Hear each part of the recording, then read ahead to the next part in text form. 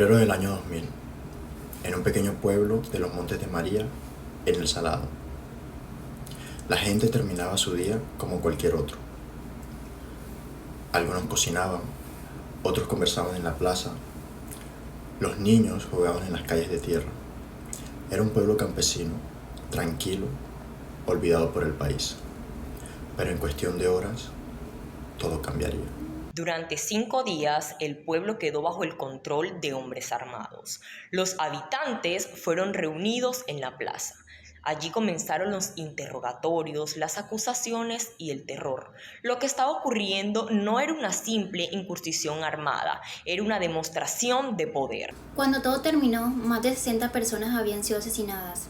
Cientos de familias huyeron y un pueblo entero quedó marcado por el miedo. Ese episodio sería recordado como la masacre del Salado, uno de los hechos más crueles del conflicto armado en Colombia. Pero esta historia no habla solo de violencia, habla de abandono, de poder, de miedo colectivo. ¿Cómo pudo ocurrir algo así durante varios días sin que nadie hiciera nada? En este capítulo vamos a reconstruir lo ocurrido. Analizaremos el contexto, las consecuencias y las preguntas que dejó esta tragedia. Porque entender la historia también es una forma de evitar que se repita. Para entender la masacre debemos hablar del conflicto armado colombiano. En los años 90, varias regiones rurales quedaron atrapadas entre guerrillas, paramilitares y fuerzas estatales. Los Montes de María eran estratégicos, controlaban rutas territoriales, economía agrícola y presencia armada. En este contexto, el grupo paramilitar conocido como las Autodefensas Unidas de Colombia inició campañas violentas contra las comunidades consideradas cercanas a la guerrilla. Pero surge una pregunta crítica: ¿realmente eran guerrilleros o simplemente campesinos indefensos? Entre el 16 y el 21 de febrero del año 2000, alrededor de 450 paramilitares entraron a la región. El Salado quedó aislado. Durante días, los habitantes fueron reunidos en la plaza del pueblo. Allí comenzaron los actos de violencia extrema. Las víctimas eran acusadas sin pruebas de colaborar con la guerrilla. Muchos fueron torturados antes de morir.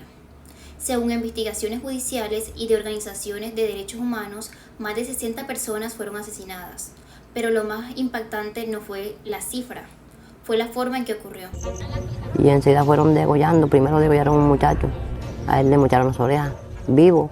Después lo degollaron, le metieron una bolsa plástica en la cabeza y comenzaron a torturar. Y entonces el hijo mío se lo atemorizó porque eran compañeros de fútbol. Vi matar a mucha gente.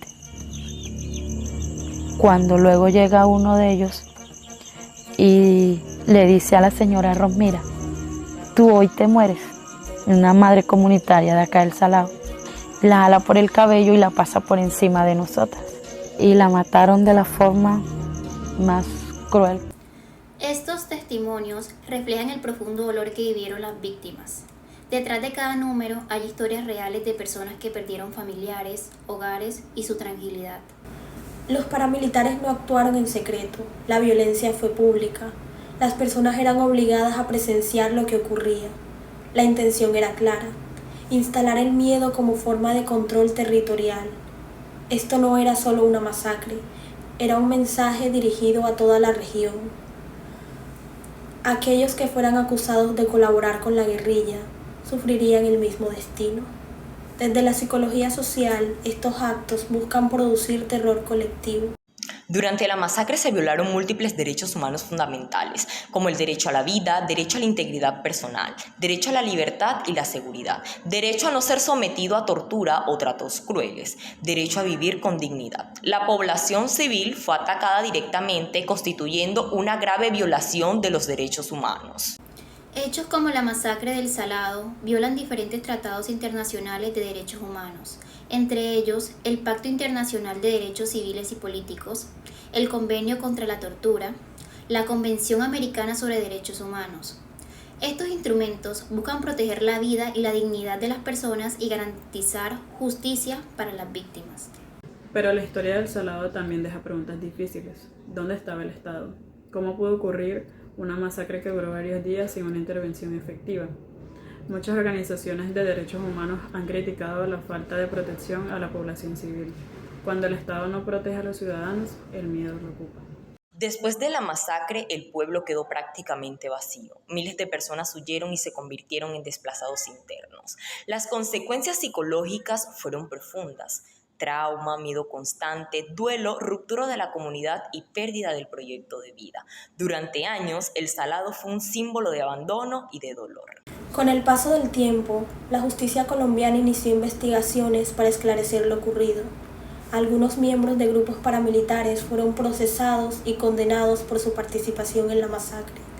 También se investigó la posible responsabilidad del Estado por no haber protegido adecuadamente a la población civil. Sin embargo, muchas de las víctimas consideraron que aún falta verdad completa y reparación total. La psicología jurídica tiene un papel fundamental en casos como este.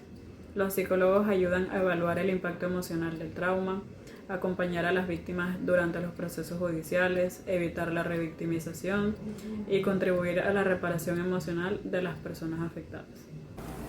Recordar la masacre del Salado no es solo abrir heridas innecesarias, es reconocer lo que ocurrió, es entender cómo la violencia puede destruir comunidades enteras y cómo la memoria nos puede ayudar a que la historia no se repita. El Salado no es solo un lugar en el mapa, es un recordatorio de cuando la violencia supera a la humanidad y una pregunta que Colombia aún debe de responder: ¿cómo evitar que algo así vuelva a suceder? Quien no conoce su historia está condenado a repetirla.